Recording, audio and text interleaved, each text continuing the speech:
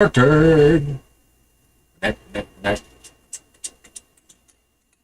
take these off too. I always forget.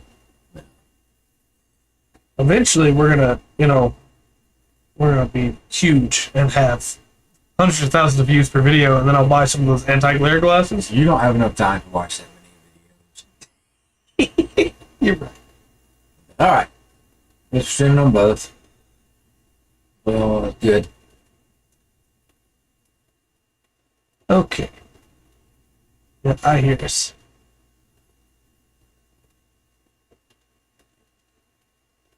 Okay. All right. So, as always, I told you I had a pre-show topic. Yeah. Pre-show topic this time is pretty simple, all things considered. Okay. Almost done with the notifications. You said the 3rd edition, 3.5, D&D. okay.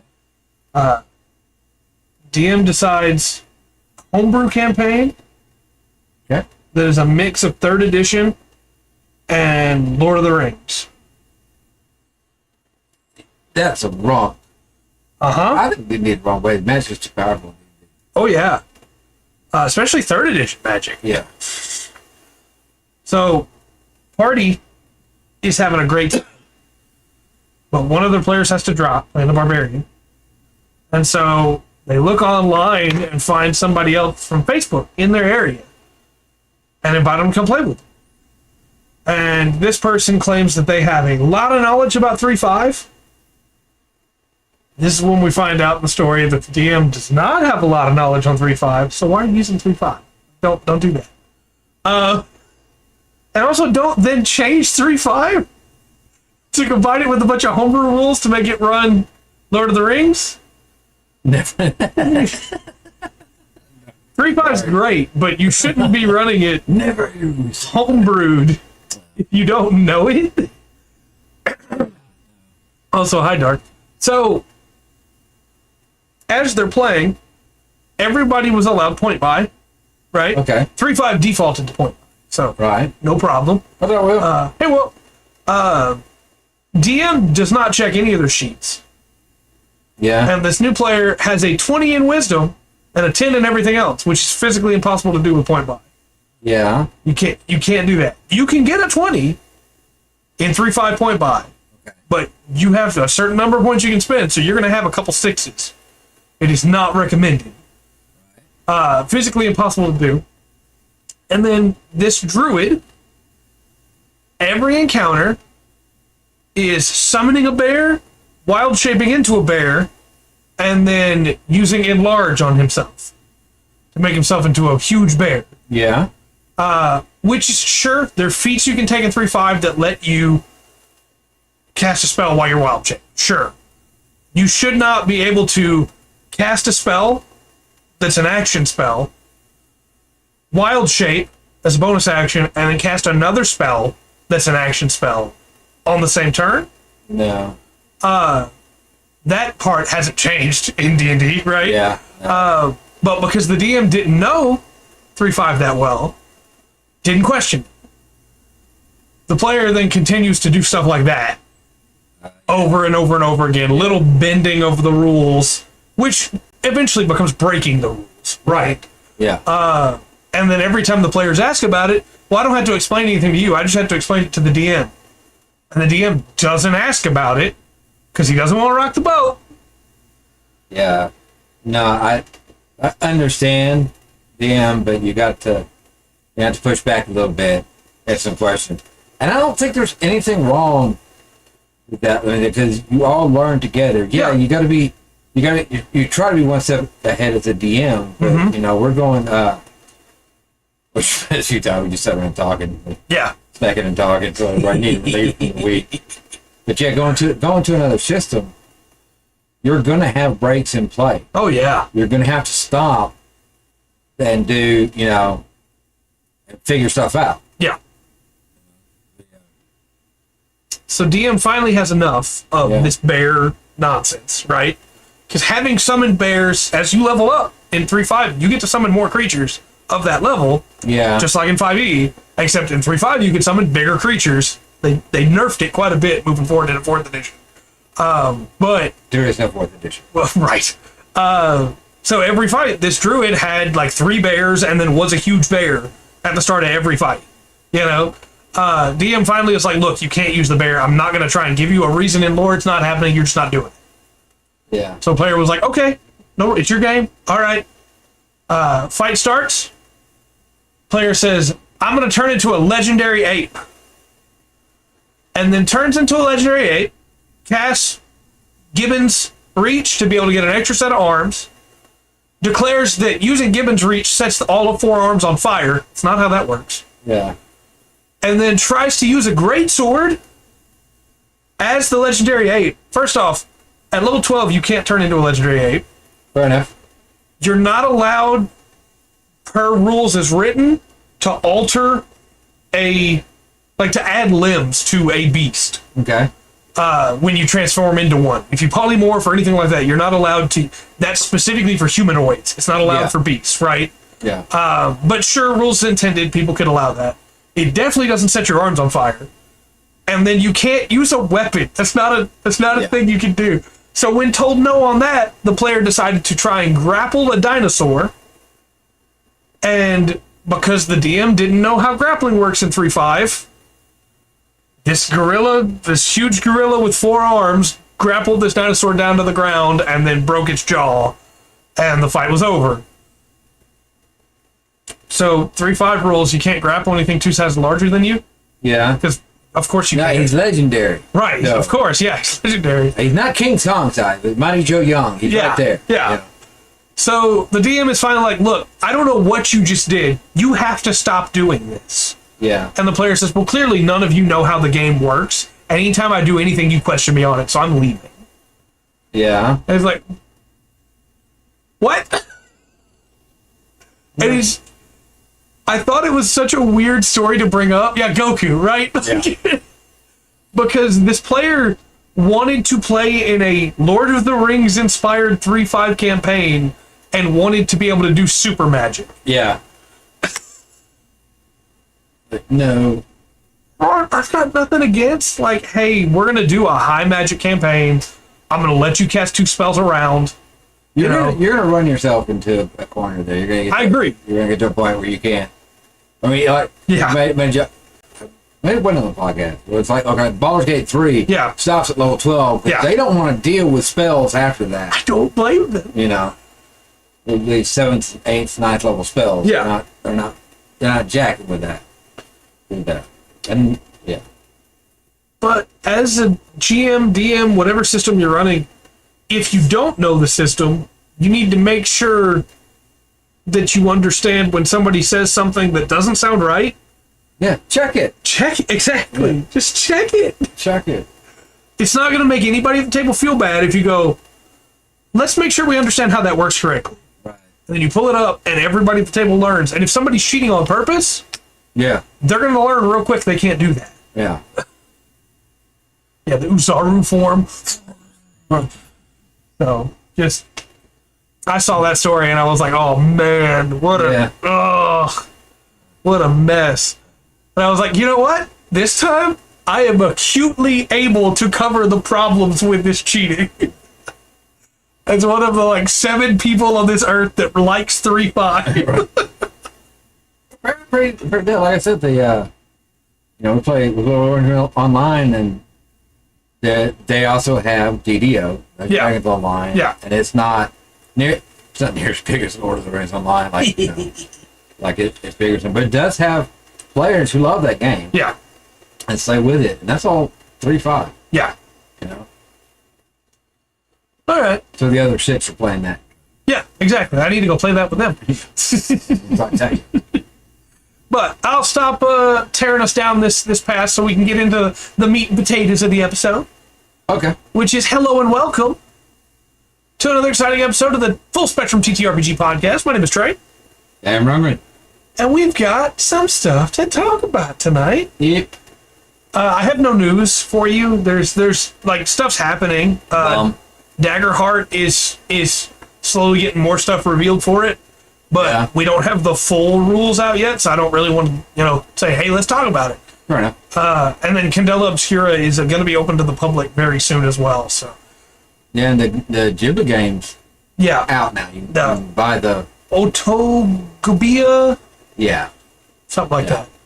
So I'm not really interested in playing it as much as I'd like to have the book just to look through the artwork. yeah, I'm right there with you. Right there with you. Like, what have you done? What have you put together? But since I don't have a lot of news, Yes. what are we talking about tonight, Runker? All right. So we decided to talk about Kenyan mythology. Okay. And countries don't line up with peoples. Right. Countries are made up of different people. So there's a lot of different. So I'm going to stick to which you should be able to see in the title, the Kikuyu. And there's other tribes and peoples there.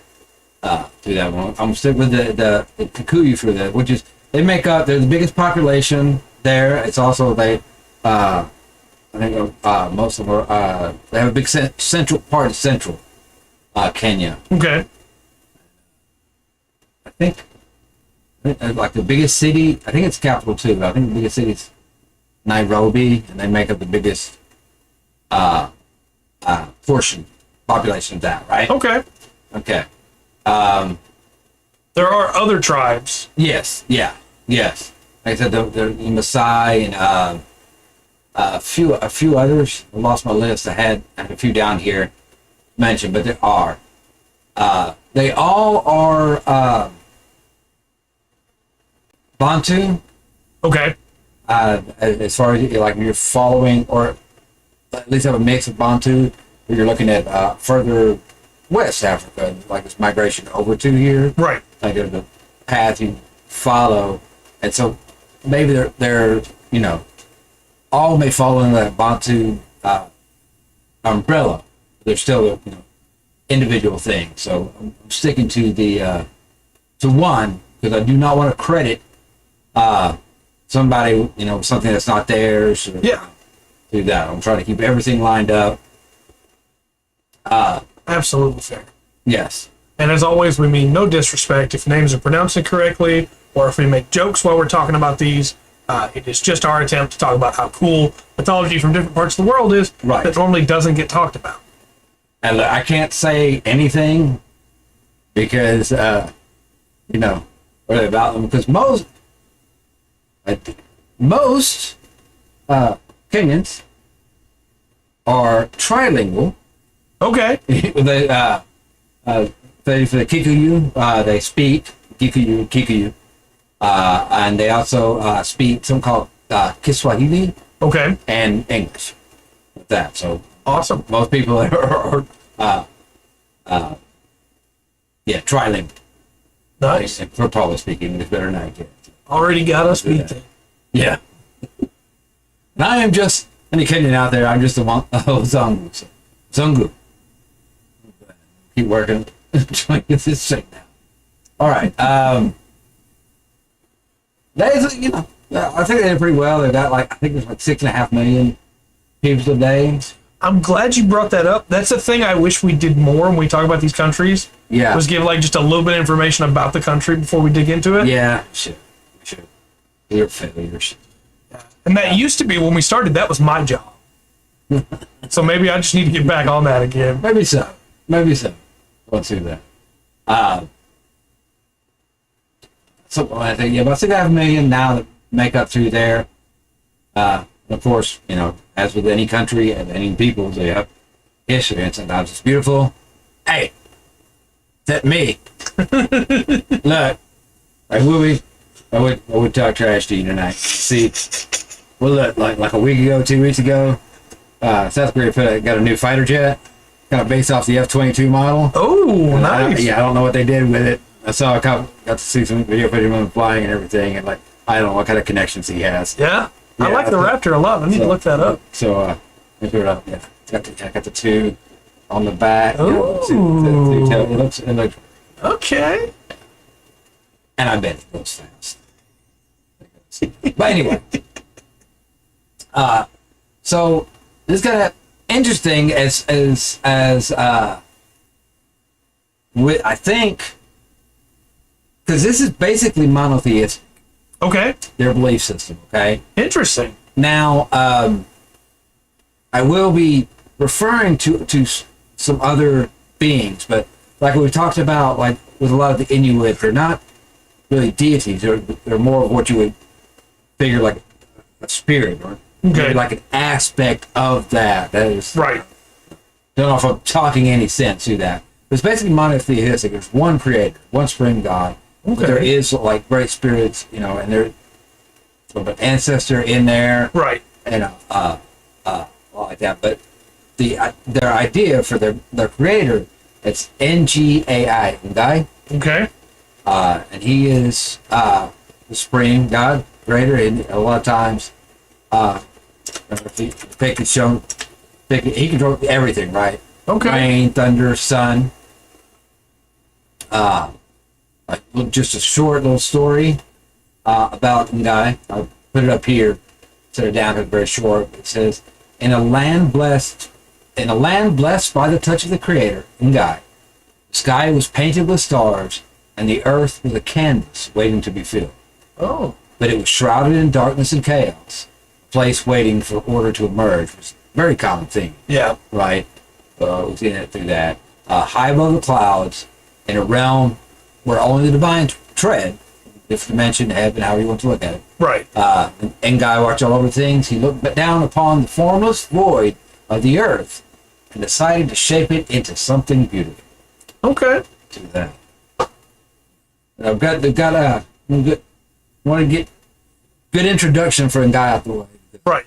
That's the one that creates everything. Big boss. There's nobody equal to or higher than, whatever. I got you. That Guy is God. Right. And anything else I'm going to mention, I might give them like a deity status, but it's definitely seen with like a little G. Right. Right. I got you. And God being God, right? Okay. So the two figures I've talked about next, it's going to be Kikuyu and Mumbai. Okay. And I have to keep those two together because they are the mother and father of the Kikuyu people, Okay. and they emerged from a fig tree. Oh. Yeah, they both emerged from a fig tree. Interesting. These are the first man and woman. Right. Kikuyu, Mumbai and Kikuyu, and they do have 9 daughters, and I'll talk about them. Okay. And Any sons? Huh? No, they have 9 daughters. All right then. Yeah. I'll tell the story in a minute. You're right. I'm sorry. Finish it up. Yeah, those are the, for a Western Christian, that's the Adam and Eve. Right. Going through that. Now they, like I said, they do have other deities. There's Lamuyu, Okay. and it's just got a great spirit or an aspect over fertility, childbirth, agriculture. Okay. A lot of stuff to do with growing in life. I'm not getting a lot of art of these people, but I'm getting a lot of pictures of the people today Yeah. in a way that I think is really cool. If you're not going to give me a mythological creature Yeah. or a person or anything like that, let me see the people. Yeah. That's awesome. Right. Heck yeah. Okay. Now, Kirinyaga. This is Mount Kenya. Oh. It's just, Europeans and stuff had a hard time with Kirinyaga. I guess they couldn't pronounce it or whatever. I got you. Go to that. So they became Mount Kenya, but it's Kirinyaga. Okay. This one I'm going to have trouble with. So another thing that shows up in a lot of mythology is not by its name, Njogo Njega. Njogo Njega. That is a mythical bird with enchanting song. It's got yeah. Yeah. So I thought I would have to catch that one in there. We always got to talk about our mythical birds. Yeah. Somehow, look, I admit some of them have a woman's head, but I mean, your mileage may vary on whether that's better or worse. I don't know. But yeah. Another. Oh, okay. The so many M's and N's. Mugamo tree. Okay. It's a fig tree. Oh, okay. But that's what they were for. And this is a tree that Mumbi and Kikuyu came through. Right. Or came out of. Right. In fact, the medicine men, shaman, spiritual leaders, when in the initiation, when they become full spiritual leader, they go out and they pick a fig tree. I got you. That is their tree. Now, all fig trees are sacred, but there's a few of them that are like a place of worship. That's cool. They're picked out that way. The Njambi is a deity of sorts, right? Okay. But it's associated with the moon and feminine energy. All right. Sorry, I was falling down a rabbit hole over here about the Mugumo trees. Yeah. There's some stuff about some that have fallen and been portents of doom. Yes. And others that have fallen and it was no, this fell and the sun came through here. You'd be amazed how much little information you get that adds up from just mousing over something. Yeah. But the sun come through here, and so now these other plants can grow. Yes. And so God took this tree so that, or guy took this tree, Yeah. That's cool. That's cool. Yes. Well, I mean, it's the whole. That's the cool thing, right? It's the whole worldview. Right. Now comes through this. Mm-hmm. So that. All right. Was that the Jumpy? Yeah. Guico. Yeah, this wasn't they would put as a deity or anything. It's just called a supernatural being. Okay. All right. And it's just this gives out blessings and protection. I don't know if it's supposed to be. Obviously, it was created by Ngai, but I don't know if it's sent out with Ngai. Angel style, or Yeah, like that, or if it's just in a station where it's like, look, I handle this. You don't call out to Ngai unless you've tried everything else. Right. Right? I got you. Okay. What was that? Yes. The Mogumba. Okay. And this is a trickster. There's always one. There's always one. The Mogumba is the trickster. Through the playing, outsmarting, Yeah. or you're a hero in your story to like show how great the hero was. This is the person. This is the being that you tricked. Yeah. Right. Or don't get tricked by someone. Gathica, not Agartha. Gathica. Which just to know, with all your making your happy little jokes about Agartha when you're talking about something like that, doing that, you just want to know there's a small island down there you won't find on the map. I'm sure you heard of a certain island, but you've never heard of Rothschild. No. Yeah, it's down in the middle of It's Thomas. Down in Antarctica. All right, look. Back to this. Okay. Gathica, Okay. a deity of the hunt and wildlife. Now, off this one, there's a Celtic, Gaelic, like forest deity. It's Herne the Hunter. Yeah. Let's pick it up. This kind of gave me like the same vibes. Okay. It's like, yeah, this is, you don't hunt for fun. Right. You take it very seriously. There's things you got to do. You've got to be in line with what Gathica wants, what the hunter wants, in order for you to be successful, continue to be successful, right? Yeah. Or I can't tell if Gathic turns into this or this is a separate thing that got to Mayu, Okay. because it's a guardian spirit, but it does not protect people. Okay. And it protects animals and nature. All right. I don't blame it. Then you have to you keep the ideals or you stay in line with Gothica, so you don't tick off Gatamayu. Yet again, spirit that protects the animals from being overhunted, which we talked about just last week. Yeah, we did. Just throwing that out there. Yeah. Look, we're going for old school conspiracy theory. Okay? That's what we're linking together here. There's some others like Morimi. Okay. Is a deity of farming and agriculture. Have some more over that.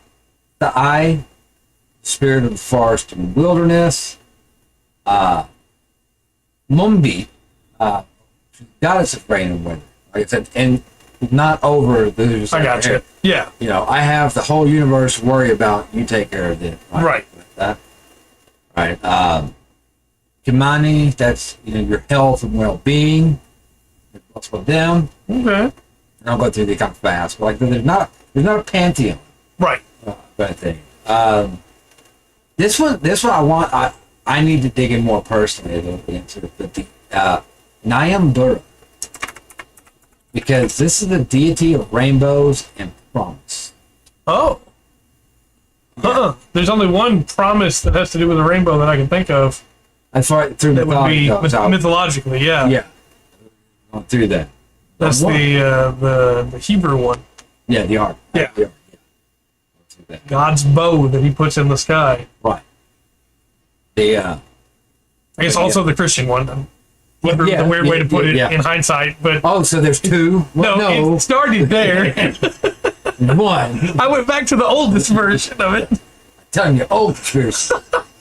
Nyambura, the deity of rainbows and promise. That's cool. Njeri, Okay. this is your river spirit. All right. And water spirit, Yeah, right? there's always going to be one. Oh, so we go. Yeah. So quite a bit. Now, Warigia is a deity or being or aspect of like fortune telling, right? Okay. Divination, prophecy. That's the gotcha. path you go through. You don't ask a guy for that. Yeah. You don't want. You got other stuff to do. You Right. don't care about your. Maybe that's not his to take care of. Right? Where we're at right now, I would run this 100% as these are either like extremely powerful creatures on the earth, or these are celestials. Yeah. Run them Now, almost like angels, you know? Yeah. Now celestial. A lot of these feel like they can fit in there. Yeah. Yeah, not the same. It's like when you divide this out for like the Greek or Romans and the Norse, it definitely feels like Odin definitely is the big bad everything. Yeah. But Thor is a god. Loki, Right. Thor is a god. Hela is a god. Yeah, they're not just spirits. Yeah. Do that. But man, forget what word. Straight word. Sorry, we just did Warigia. Okay, so Gathama, warm protection. Okay. That's the spirit for that. And I'm going to keep putting these up here for you, but you're going to have to type something at some point, or you're just going to have a whole wall of names. You're right.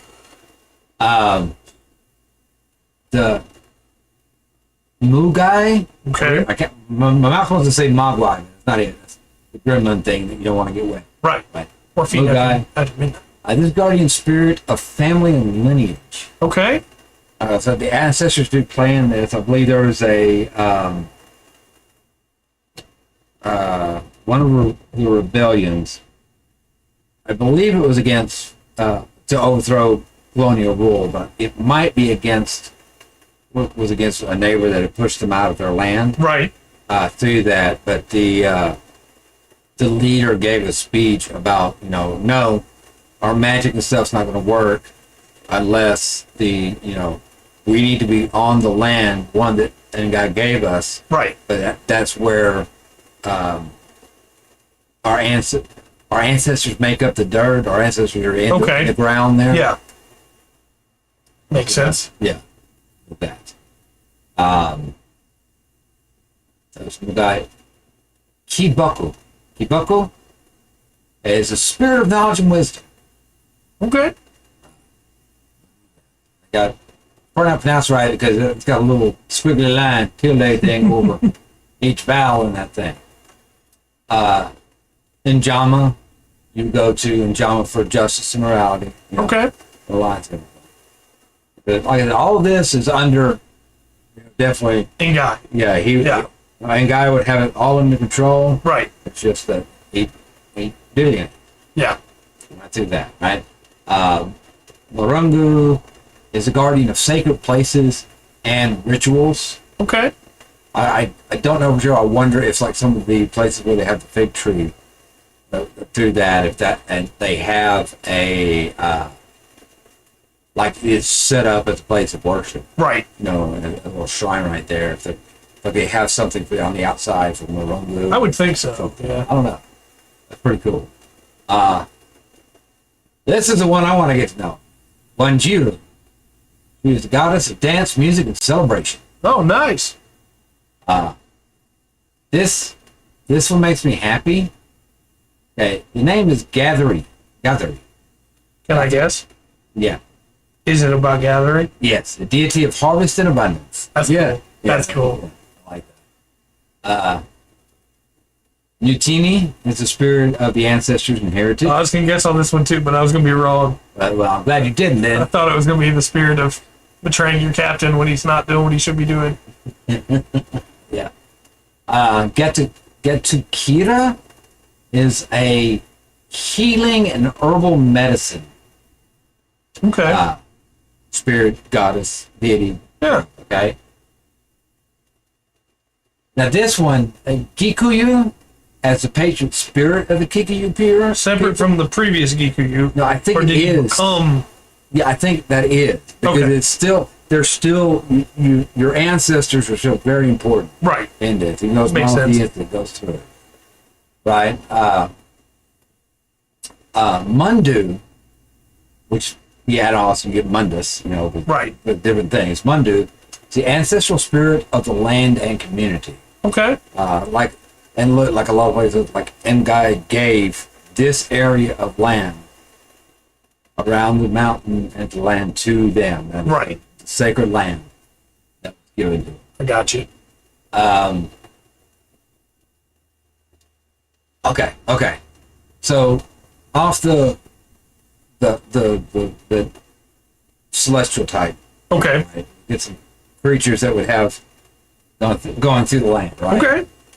I like creatures. The Jambi Nyaga, Okay. Nyaga maybe, Jambi Nyaga. This is a mythical creature. It's often depicted as a snake or serpent with multiple heads. All right. Now look, I don't want to see that, but it is associated with rainbows and is believed to bring blessings and good fortune. So you're telling me this is a serpent associated with rainbows, Yeah. like Kutlikue from the Aztec mythology. Yeah. I just say. We've had a deities of rainbow and promise, Yeah. and we got a mythical creature, snake or serpent with multiple heads. Yeah. Okay. And look, like I said, if I saw a massive serpent with multiple heads, I wouldn't be thinking about good fortune. Yeah. You know. That's fair. There's also, the Hydra was said to be able to bring the rain Yeah. and the storm. Yeah. And then there's the Orochi no Yamato, Yeah. that was the one that fought Susanoo, that brought a fell wind with him. Just saying, there's a lot of serpents in mythology that are bringing Yeah. rain and rainbows. Kurima. A kurima is a creature resembling a large fish and beast monster. What they're going to do is often invoked to explain natural phenomena, disasters, or like something unexplained, mysterious, or whatever. Yeah, good luck, buddy. Yeah, it's also apparently the name of a character from an Yeah. anime, so... Yeah, you got to put the little. It didn't care. It didn't read the first part. No, it did. It did. Yeah, He be just careful went with that straight one. to... Yeah. I'm not going to go any further down this page. Why are you scrolling, sir? I thought I might find What are you looking for there, huh? I wanted to find the beast. What are you looking for, sir? I don't know. Well, that, apparently it's not there, is it? No. 17 pages later, still not there, is it? No. All right, look, moving on. The Kikuyu. This mythical bird. This one is like the phoenix. Ooh. Okay. When it has the ability to regenerate from the ashes after it's dead. Nice. Symbolizes birth and renewal. Yeah. It's phoenix. Too many phoenixes and vermilion birds and Yeah, too many right. mythologies. Just, There. There's another phoenix. I'm seeing it. Yeah. All right. The Najura. Njura. Okay. Now this, it's a mystical fire or light that's believed to appear during the night in forests or dark areas. And it's seen as a spirit. Oh. Like a will-o'-the-wisp Like a almost. will-o'-wisp. Yeah. Almost exactly that, like the idea, Huh. like the descriptions, yes. That's cool. Will-o'-wisp. So far, you've got a lot of different stat sheets you can run in this. Yeah. Yeah. I got a few more to go. Okay. The Najogu wa Najoro Jorogi Najogu wa Naro. This is a legendary creature. This is a giant eagle. Ooh. Right, like a thunderbird. Or a rock eagle? A rock, yes. Once again, though, this is a guardian and protector. Right. You know. The I was really hoping for Arn on this one. yeah. Like in my mind, I think of a rock, and I always have the picture of the rock picking up the elephant. Yeah. You know, going through that, but Look, I know we've used the joke a lot tonight. It's not really a joke in a lot of ways, but like of hey, this mythology and a lot of stuff. yeah, There's so many different cultures that have something akin to that giant eagle picking up an elephant. Yeah, That yeah. was a thing. yeah, right. I don't know what it was, but that was a thing. Jabroni. I'm a jabroni, I'm afraid. And I'm trying to get all the information out. Yeah. Jabroni. Maybe that's what when it picks people up. Maybe that's what it says. It's, what were you doing there, you jabroni? Maybe so. That's the wrong rock. The Can you smell? no. Okay, yeah. This one I love, right? Okay. Because hyenas are like Terrifying. badass but terrifying, right? Yeah. Look at that. This is a Kamingi. And it looks like a large monstrous dog or hyena, Okay. but it's a shapeshifter. It Oh, can change its form to deceive, scare humans. nice. Yeah, We're not getting anything art-wise tonight. I'm just kidding. I know, and that's very disappointing. Yeah, because these sound cool. Yeah. Look. Get on it, artists. On through. All right. Najama Yakiri. Okay. This mythical creature is associated with just morality. It is depicted as a large, majestic bird that serves as a symbol of righteousness. Well, It's not a bald eagle. lots of birds today. Lots of birds today, yeah. Lots of birds today. I do love my giant birds. Right. Yeah. The Kigotho is a creature that causes or can cause you to be sick. Oh. Like diseases, illness. And it's not like, I'm not a furry. I just like birds. I say he's a birdie. See, furries want to do things to the bird. I just want the birds to exist. Do things to you. Fair enough. The I want to completely fly. different. Oh, fly. No, so it's not like every disease, right? Not like every disease, but the ones that's like we have no idea what's going on here. Yeah. Yeah, then it was definitely this thing that you go through it caused it, right? I got you. Birdie. The I have to watch the anime Birdie Wing. It's a Okay. dolphin. Njamba ya mbara. Mbara. Njamba ya mbara. This is a muse. It's a golf anime. This is a muse. In a weird way. Supernatural being associated with creativity and artistic expression, called upon by artists and performers seeking inspiration. I got you. It's a muse, you know. Yeah. But look, it reminds me, but leave the big guy alone. Yeah. You know, this is the one, you know, sing and write a song. Yeah, why would the creative universe care about that? Yeah, this go is for the it. one. This is the one you talk to right here. You know, they will let you know, Not quite. right? But with that goes Ngoma ya Mugambi. And this is a mythical creature that's linked to music and dance. Curipit. What? Kira's pet is a bird. Oh, okay. Look, that's the only kind of bird that I could own. I can't own a bird because of my asthma. Yeah. Bird dander's way worse than every other animal's dander. Really? And I wish I could own a bird. But I could own Kira's bird. Yeah. It's a robot bird. Good pterodactyl. Oh, that'd be great. Oh no! You seen the old Clash of Titans? I don't know if they have the new Clash of Titans. I've seen it. But They do have a new Clash of Titans. I know they did have it, but I don't remember. But in the old Clash of Titans, the old stop motion one, Yeah. and the claymation, it wasn't claymation; it was live action. Anyway, the Clockwork Owl. Yeah. You ever seen that? Mm-hmm. Okay. That's what you need. A robot bird would be great. Yeah, unfortunately, birds actually have really bad dander.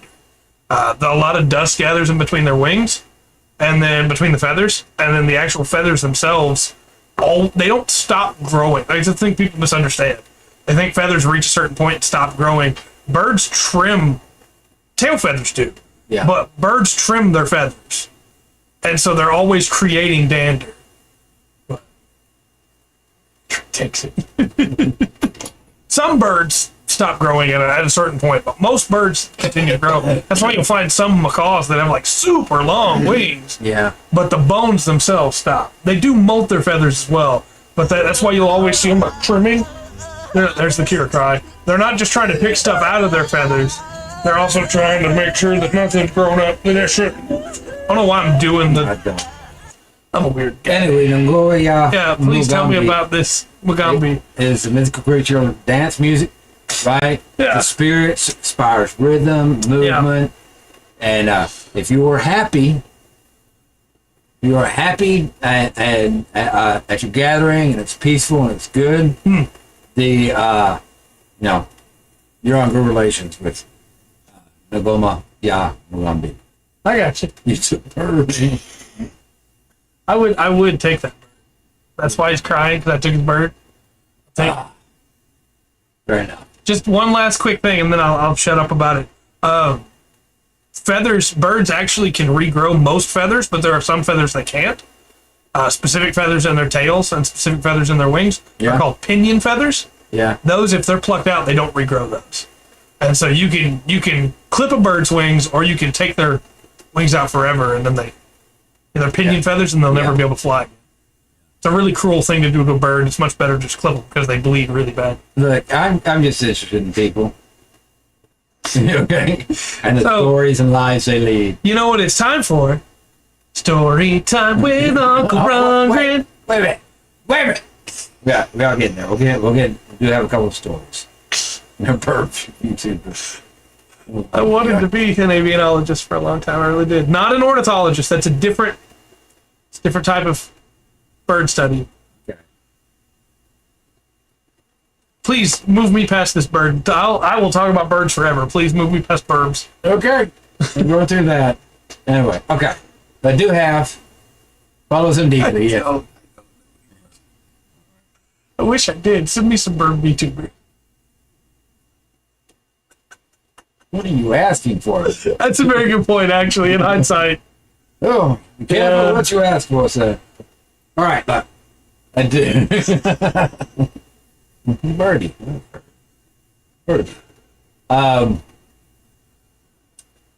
So to go back, I'm going to go back to Kikuyu and Mumbai. Okay. The first people, right? Tell that story. So. Well, I was joking. I didn't mean really do it. I was joking. I told you. You realize what kind of people watch this. I did it for the bit. Well, I wasn't being serious. Ooh. What? All right. Let me double check one more thing here, just a second. Okay.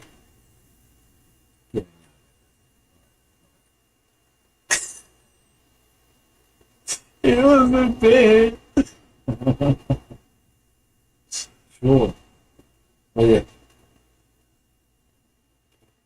Anyway, so long ago, the land embraced by the towering Kiriaga Mount Kenyan and lush green forests, lived a god known as Ngai.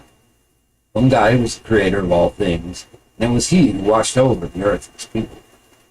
One day, Ngai decided to create a special tribe that would call this land home. He took a large fig tree, Mugumo, and with his divine power, he breathed life into it. From within the trunk of the tree emerged two human forms, a man and a woman. These were Kikuyu and Mumbai. Kikuyu was strong and wise, with eyes that sparkled like the sun rising over the mountain. Mumbai, on the other hand, was graceful and beautiful, her laughter like the gentle rain falling upon the earth. They stood before Ngai, their hearts filled with gratitude and wonder. Ngai spoke to them. You are Kikuyu and Mumbai, the first of the great tribe that will flourish in this land. You are to be the parents of generations to come, and your descendants will thrive under my watchful eye. With those words, Kikuyu and Mumbai embarked on their journeys for generators of the Kikuyu people.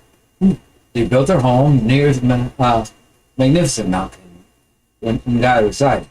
They worked the land, tilled the soil, and raised their children with loving care. Kikuyu and Mumbai were blessed with 9 daughters, each as unique and vibrant as the colors of the forest. The daughters would become the mothers of 9 clans of the Kikuyu tribe, and together they formed a strong, united community. As the time passed, the Kikuyu people grew, spreading their roots across the land Ngai had entrusted to them.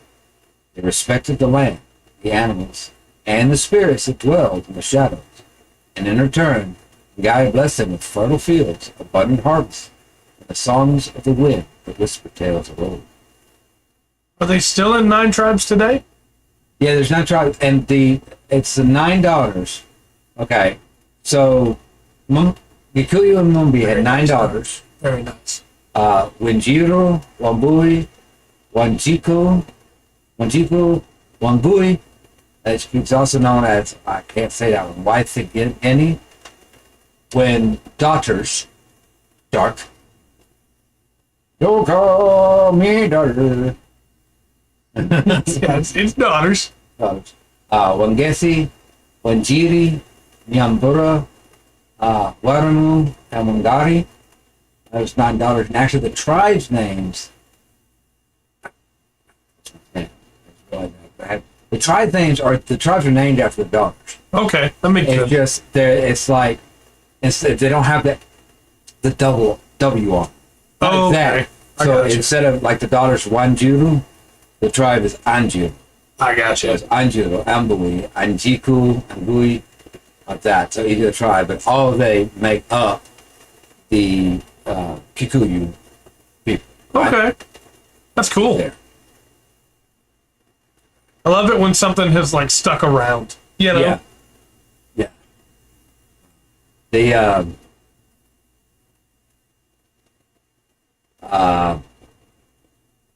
I'm going to I might come back to a little bit on that. Okay. A bit closer towards the end. All right. I'm not going to open that link right now, Will. But I feel like I know what it is. So, in the heart of Kikuyu land, where the fields stretched green and the rivers whispered secrets of the tree, there lived a gracious deity named Wamungu. She was known to bless the land with abundant harvest and safe childbirth, Okay. and her presence was felt in every rustling leaf and blooming flower. One season, a terrible drought descended upon the land. The sun blazed in the sky, and the rivers dwindled to mere trickles. Crops withered, and hunger cast a shadow over the once thriving village. The people turned to Wamayu, seeking for guidance and aid. Wamayu, moved by the plight of her people, appeared to the village elders in a dream. She spoke softly, her voice carrying the weight of wisdom and compassion. To end this drought and bring prosperity back to your land, a sacrifice must be made. The villagers gathered to hear her message, and Wamayu shared her vision. She must sacrifice her only son to the earth. A hushed silence fell upon the assembly. For the sacrifice was heart-wrenching, filled with sorrow. But Wamayu's love for her people shone brighter than the tears in her eyes. With heavy hearts, preparations were made for the sacrifice. A sacred ceremony was arranged at the foot of the majestic fig tree, symbolizing connection between the earthly realm and the realm of the divine. Wamayu held her son in her arms, her love for him evident in every touch and every gaze. As the sun dipped below the horizon, casting a warm glow over the gathering, Wamayu closed her eyes and whispered a prayer to Ungai, the spring god. With a deep breath, she placed her son upon the earth, tears streaming down her cheeks. In that moment, the sky rumbled, the raindrops began to fall. Gently at first, and then in a soothing deluge. The villagers felt the earth beneath their feet come to life, as if awakening from a long slumber. The rain continued to fall, bringing life and rejuvenation to the land that had suffered for so long. Wamayu's sacrifice had been heard, and her love for her people had moved Ngai's heart. From that day forward, the land flourished with abundant harvests, and the villagers were remembered Wamayu's sacrifice in their prayers and song. Man, Yeah. that's rough. Yeah, there is, like, human sacrifice is not a part of their culture. I found two stories. That was one. I want to tell that one. And there was another one about it, where a woman of the tribe, she was chosen, and it goes a little bit different. She goes out to a spot that's chosen. They do a lot of rituals, and she gets, like, eaten by the earth, and then, but from that spot, like, everything comes to life. Right. And she's remembered through the the life that was given. Well, and this was the child of a spirit here, right? Yes, that's the thing. The spirit is why they don't. I don't know that they. I can't call them other gods. Right. God and God. Right. Right. They're part of the natural cycle. They're just one step up from where we would be. In a way. Right. Yeah.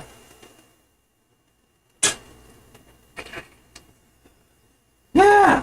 I mean, I could just take this as an opportunity to turn it right back around on Dark and say that I didn't know Dark was at the 4, but Yeah. No, you're gonna lose. I know I'm gonna lose. Give it up. All right. Love you, Dark. The songs of Njogo Njega. That's the bird. That is all right. Look, I was second guessing during this. I'll never forget a bird's name. Right. Okay. In a time long past, when the moon hung low and stars painted across the night sky, there lived a bird unlike any other. Okay. Its feathers shimmered with hues of gold and azure, and its eyes sparkled like the first light of dawn. This bird was Nyongo Njega, a messenger between the earthly realm and the world of spirits. I guess maybe, I don't know, she carried it to the next level and they carried it home. Yeah. Njogo Njega perched atop a grand tree nestled in the heart of the forest. Its songs echoing through the land. Its melodies were not ordinary tunes. They were harmonies that stirred the souls of those who heard them. Each note held a whisper of ancient wisdom, the promise of hope, and a touch of the divine. The people of the village spoke in hushed tones about the song. They said that if you listened carefully, with a heart open and pure, you could hear messages from departed loved ones, guidance from God. But the most incredible power of all was the bird's ability to hear. One night, a young girl named Amani fell seriously ill. Her family watched over her with worried hearts as her fever raged and her strength waned. Amani's grandmother, a wise woman with silver hair, remembered the stories of Najogo Njega and the magic in his songs. In her dreams, the grandmother saw the bird soaring through the night sky, its wings carrying the weight of countless stories. She awoke with a sense of purpose and shared her dream with the village. It was decided they would seek out the mystical bird and request its healing song for Amani. Guided by the moonlight and a deep belief in the magic of their land, the villagers embarked on a journey through the forest. Days turned into nights, and nights into days, until finally they arrived at the towering tree where Najogo Njega made his home. As they stood beneath the tree, their hearts filled with hope and anticipation. The bird spread its wings and began to sing. Melodies flowed like gentle streams, washing over the villagers and Amani's frail form. It was if the very essence of the forest embraced them. Days passed. Amani's fever subsided. Her eyes fluttered open, bright and clear, as if a veil had been lifted. The village rejoiced, knowing that the blessed songs would work their magic, bridging the gap between the world of the living and the dead. Nice. That one has like that one has like a classic. It does. Like they go on a quest to find it. Yeah. You know. No, Yeah, but Dark, I learned my lesson from mythology. You don't try to contain the bird that sings, the songbird. You Right. let it fly free. Yeah. You just follow it everywhere it goes so you can hear it sing. yeah, if you love something, set it free. Yeah, and then you just follow it forever.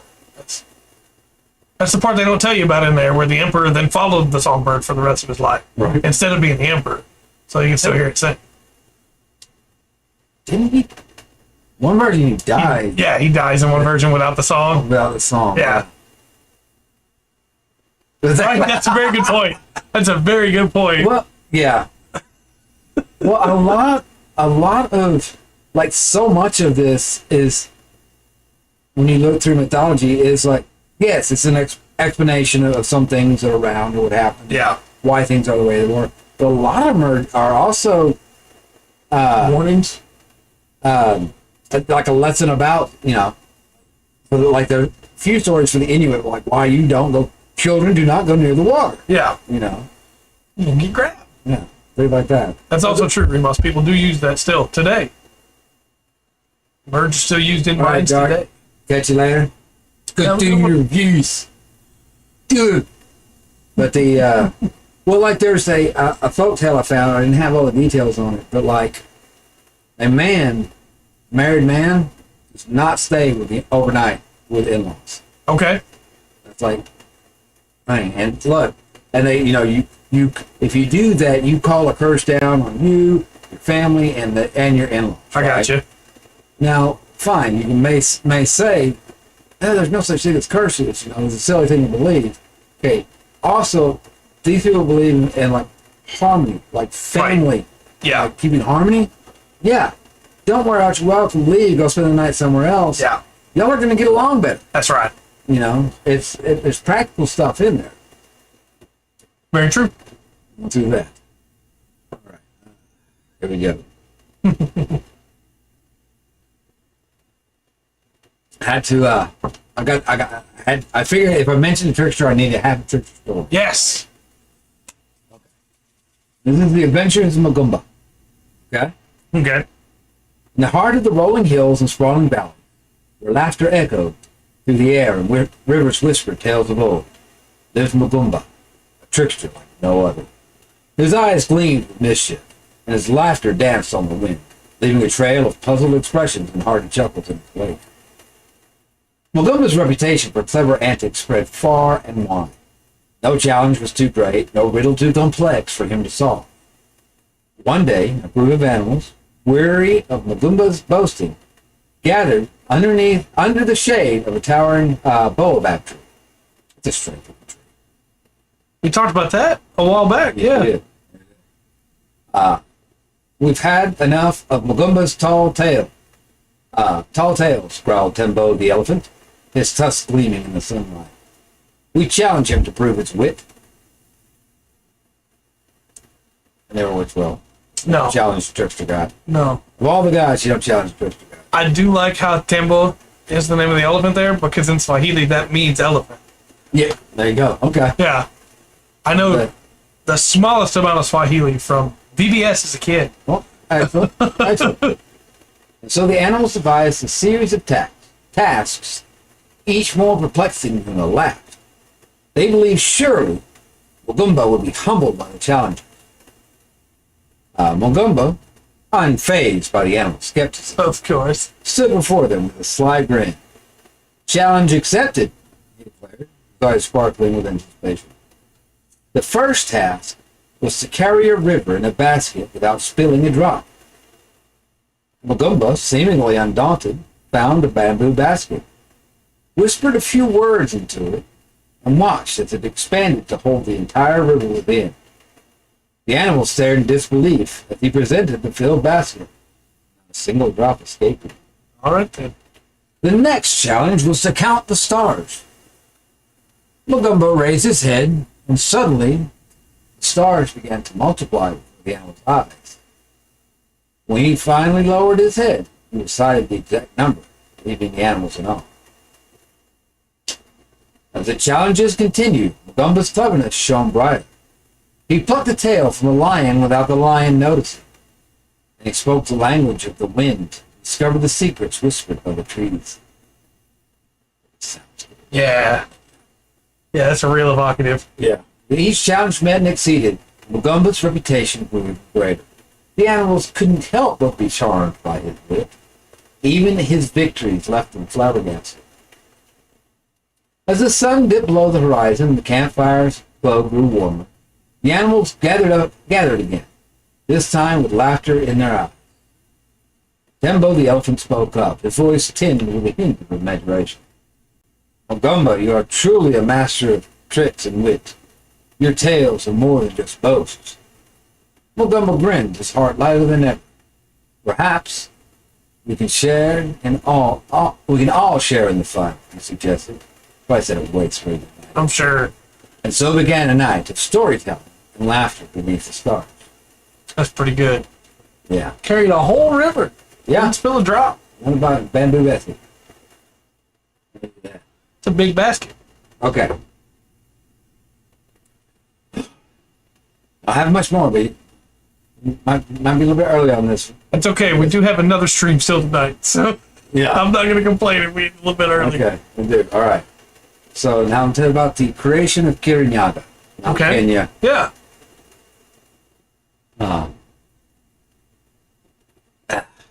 For the English speaking Mount Kenya. Kirinyaga. It's a good question. They should have tried that. Maybe Yeah. it would have worked. Yes, I can. So I'm sure he can. Magumba might have been beaten by that. You never know. Yeah. Now, there's always something really weird. When Trickster loses, most of the time the stories with Trickster seem to be like, and that's why you don't get, a big hit. Right. And you calm down. You didn't even see the answer and you feel it. Yeah. Right. When they lose it, it's something really weird, Yeah. right?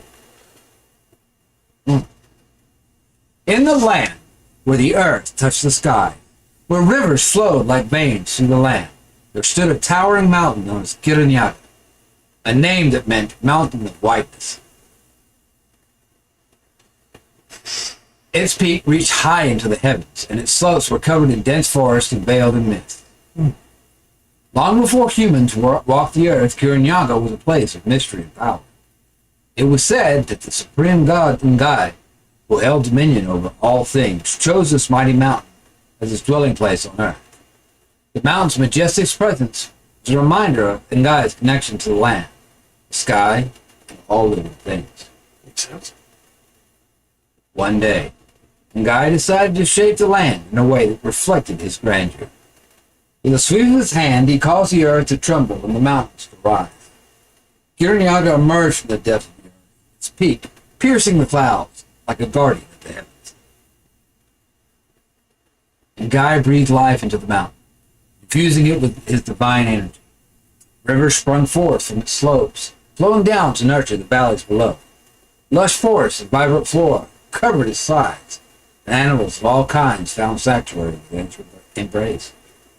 As the sun dipped below the horizon and stars painted constellations across the sky, Guy looked upon Kirinyaga with satisfaction. It was not just a mountain. It was a bridge between the earthly realm and the realms of God. Its majesty and beauty held the essence of creation itself. Generations passed, and the Kikuyu people arose, gazing upon Kirinyaga with reverence. They recognized its significance and made pilgrimages to its summit to offer prayers to Ngai. They tried everything else. Right. It's the last thing you got to do, right? Yeah. The mountain became a symbol of their connection to the divine, the source of life-giving resources. With that. Nice. That is the second. Africa's big. Right. It's a big continent, right? That's the second highest mountain in Africa. Right. It's out there. That pilgrimage, there's probably no picnic It's a lot of work. to go up there. The snow, get up there in the clouds and talk to Ngai.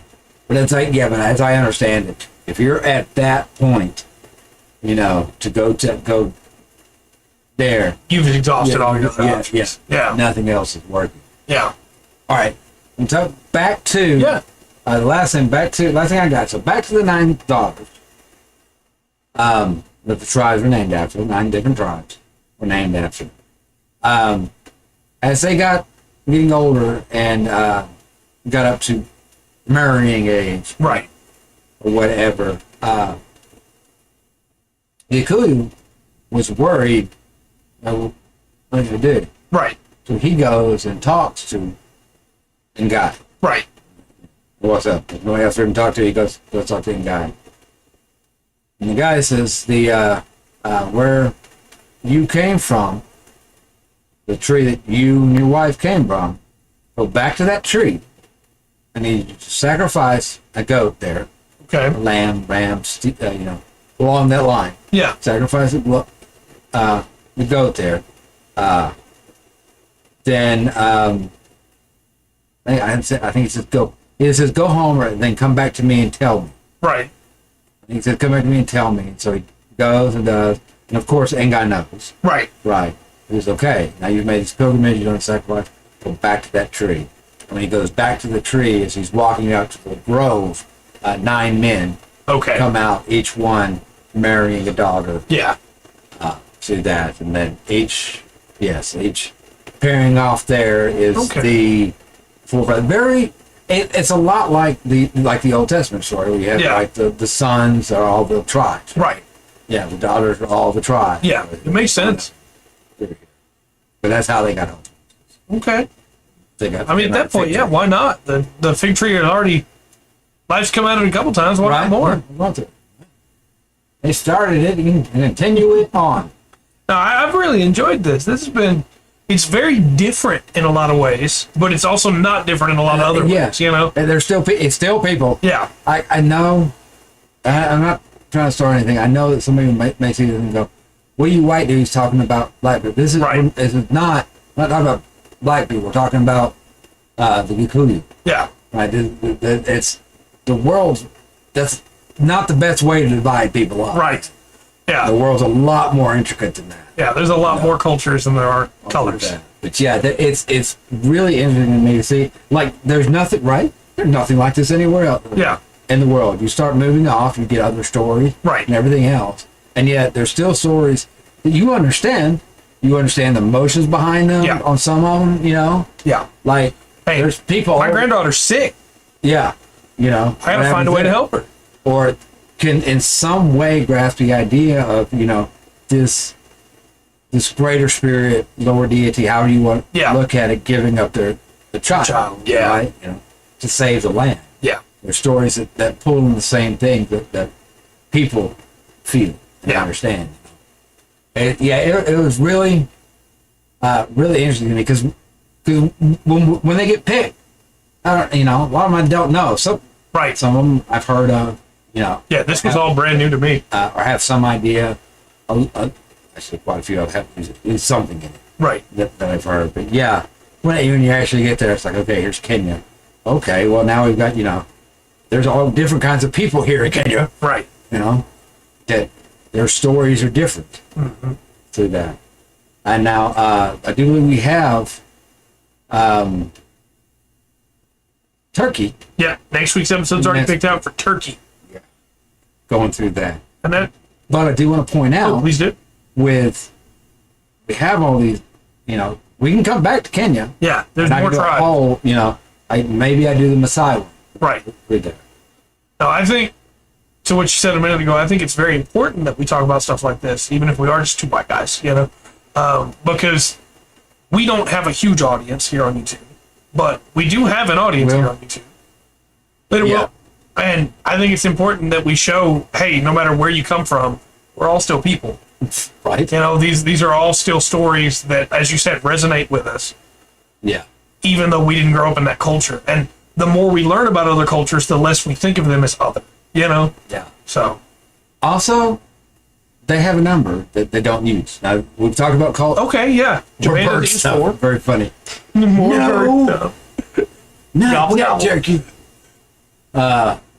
Yeah. So Yeah, Japan doesn't like 4. depending on 4, 13 is a bad number everywhere. Yeah. Their number is 10. Okay. Like if you have, like a man can have many brides, Right. or many wives, Sure. as he can take care of. You have to prove that you're able to take care of a second wife before you get a second wife. Oh, man, that's a great way to do that. But you can. Yeah, that's what you want to Yeah. do. That's the thing. Go for it. But yeah, you got to be able to take care of her. Right. So, and there's still like dowries and stuff, right? Right. You don't Sure. give anything in that dowry in a multiple of 10, Okay. right? Right. It's much better to give 9 or 11 goats than give 10. I gotcha. Okay. Now not sure how it works because the idea of using 10, they actually don't. I don't think they use the Kikuyu word. This is where they would switch over to English or English. Yeah, I gotcha. To use that. Yeah. So as I understand it, it's the number 10. Right. It may have something to do with like what 4 sounds like. Right. Maybe Yeah. it's something to do with that. I gotcha. Which, please, if you're Kikuyu and I've got stuff wrong, just start off with "Hey, dumbass," and then let go, and I'd love to read. Also, if you're Kikuyu, please go ahead and send us an email at fullspectrumpodcast@gmail.com. Yeah. And we can try and get you on a podcast and talk Yeah. about your culture. Yeah, that would be awesome. It's Questions? The door is open for like interviews or anything like that for people of these cultures that we've talked about Oh yeah, that want to correct some stuff. yeah. Please do give us a lesson. Yeah. Like I can use it. There's another. They have another. And like I said, the details a little bit different. But like you don't. If you're a man, you come in. You don't close the door. You do Okay. not have the right to close somebody else's door. I gotcha. Yeah. Right. I think you can open it. Right. Like, But you don't close it. Yeah, which is like what a weird thing is. So it's like close the door behind you. Right. For that, but for them, it's like, oh no, that is not yours. Okay. In fact, I think the only people in the household are the wives and daughters who have the right to close that door. Okay. That makes a weird, like not weird as in it's bad, but it makes a weird kind of sense to me. Yeah. As in, you don't want a man you don't know to come in and close the door, and then he's Right. between you and the door. Right. So, Yeah.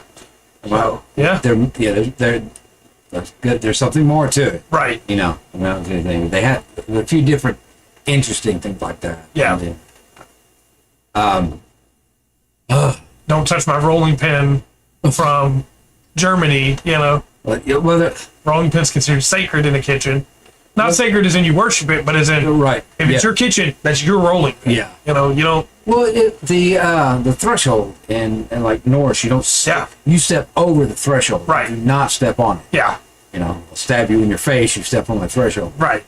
That's a very important spot. Rocking.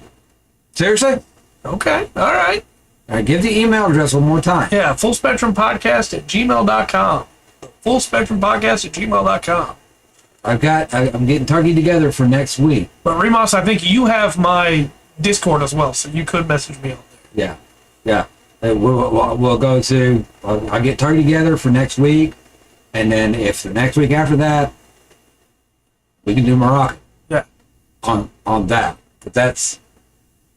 I didn't know that Morocco's a little bit different. It's in Africa over here, right? Yeah. Yeah. It's a long country, is it not? Very long country. Yeah. I'm excited. I'm really excited for Turkey next week too, because I don't know enough about Turkish mythology. I know a little bit, Yeah, I don't either. What I know about Turkey is historically nobody, even today, nobody wants to jack with Turkey. Yeah, no. And I don't have good answers for you. But like, they ready for war. Turkey might become involved. Let's think about this for a minute. Yeah. It's not like. I know about the ark hunting stuff with Turkey, and the Turkey's like, no, Yeah. do not. Too many people have been lost on that mountain. You're not allowed up there. Yeah. I don't care how many permits you get. You're not allowed up there. Going up there, yeah. Yeah, Morocco. That would be nice. Okay. But we got another stream tonight, which definitely will start by 11. I don't yet know if the game is like fully unlocked and downloaded and everything. I sent it to preload, but we'll see. But Armored Core tonight, for sure by 11. Might start earlier, but I'll send out the notifications and everything, so just keep an eye out for those. Then, yeah, you actually don't know. Okay, I understand, but the offer's still out there for people. If Yeah. you can hit me up on Discord, or you can send us an email, and I'll get you in touch with Brungren. That way, also, if he has any questions about your culture, he can ask you directly. So, then tomorrow, Friday, we might not have a stream. We probably will, but it'll depend on how long we stream Armored Core tonight. We stream Armored Core for like 6 hours. We probably aren't going to have a Friday stream. We'll see. Then Monday, we'll be back with them on Mondays. Outro. It goes and goes. So it's got a way to go. Rohan's right there. We're marching our way to Rohan, yes. And then we'll have the regular Tuesday podcast, and Wednesday you'll play something. Yeah. I'll figure that out. But with this as a like TTRPG thing, I think it kind of goes like the rest, right? We run it. Yeah, I did go through the. I'm sure that there's like more stuff I can find going through the 30, like the top 30 like deities and stuff like that. I went through that real quick because it's monotheistic. Yeah. I could probably got some more. So with that in mind, would you run paladins, clerics, stuff like that, as attached to the spirits, or just attached to? I think I think I would do them attached to the spirits. I think so too. And then you can have the different oaths and different circles. Right. Circles. Also, that way, yeah. It's like if you become an oath breaker, your spirit goes to and God, Yeah. and that's where it breaks. Yeah. So it's gonna be a big, It's a big deal. Yeah. It's gonna be a big deal if you're not following that. I think I would have the spirits be very much in play.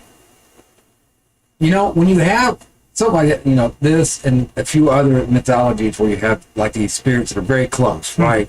Very close, nature and stuff. It makes to where like a druid, maybe even a ranger, would run them in a weird way, like like a nature paladin. Yeah. Closer to a paladin. Yeah, you're gonna run that druid more like a geomancer. Yeah. Hey, the earth is important.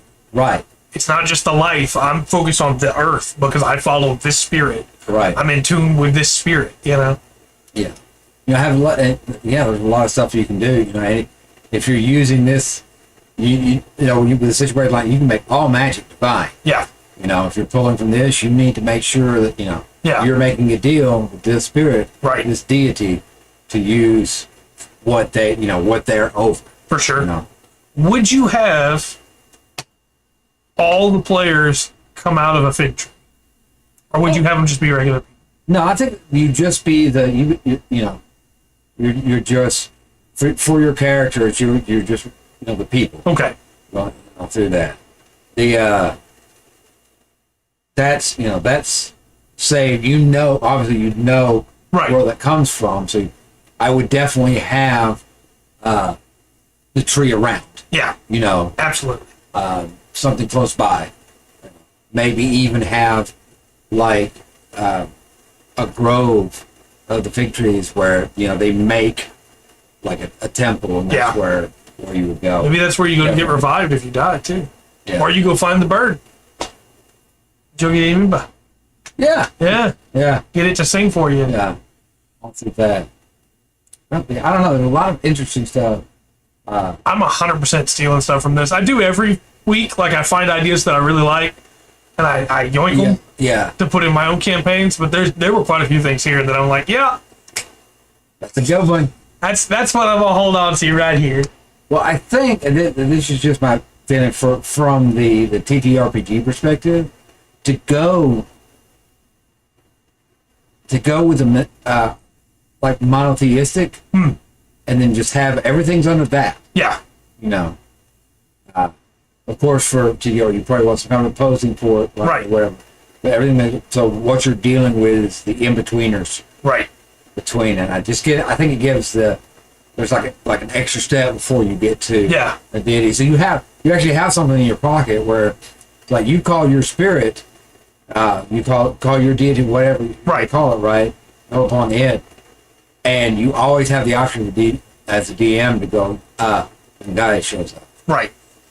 Whatever they're casting, whatever they're doing, and there would be a reason, right? No, I agree. There's not really a reason. I mean, you could make a reason, you were praying to Thor and Odin shows up. Something's gone wrong. You could do that there. With this one, it feels like I can say that, I say Odin shows up when we're doing that. It's like, well, that's kind of weird. Yeah. I say, in this aspect, I go, and Dai shows up. You're like, okay. Yeah, okay. What's good? Something's off. Right. No, I agree. I think it's cool. But not here for me. Right. Yeah. 130. But no, I thought, like I said, there's just, I think we probably spend like 6 weeks on Kenya. Yeah. Going through that. We probably spent like 13 weeks on Inuit. Right. Looking at different things. And I know we've been wanting to hit everything at least once, but if there's a place that we talk about in the chat you're like really invested in, you want to come back to, let us know, because we're not opposed to coming back to some of them either that we didn't get to cover the other tribes for or anything like that. Yeah, I'd say that. You got that, through the okay, there's a lot of it.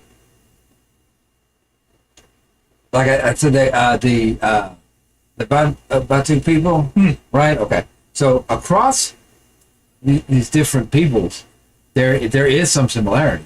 I'm sure. Just like if from the Inuit, with different names, there's gonna be some things you find similar all the way down tribes through the Washington down to California, the Rocky Mountain area, the Crow, things like that kind of go across. So they blend over.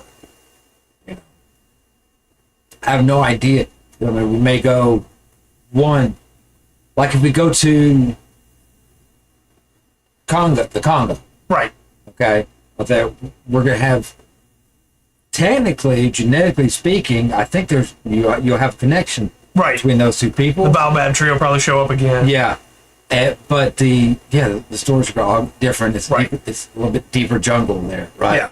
That changes things. They have some different things, different ways they view the world. Yeah. It's unique to them. I don't know. This was a lot of fun. I thought I had more information tonight than I did. Sometimes it was a lot of information. It just went by quick. Yeah.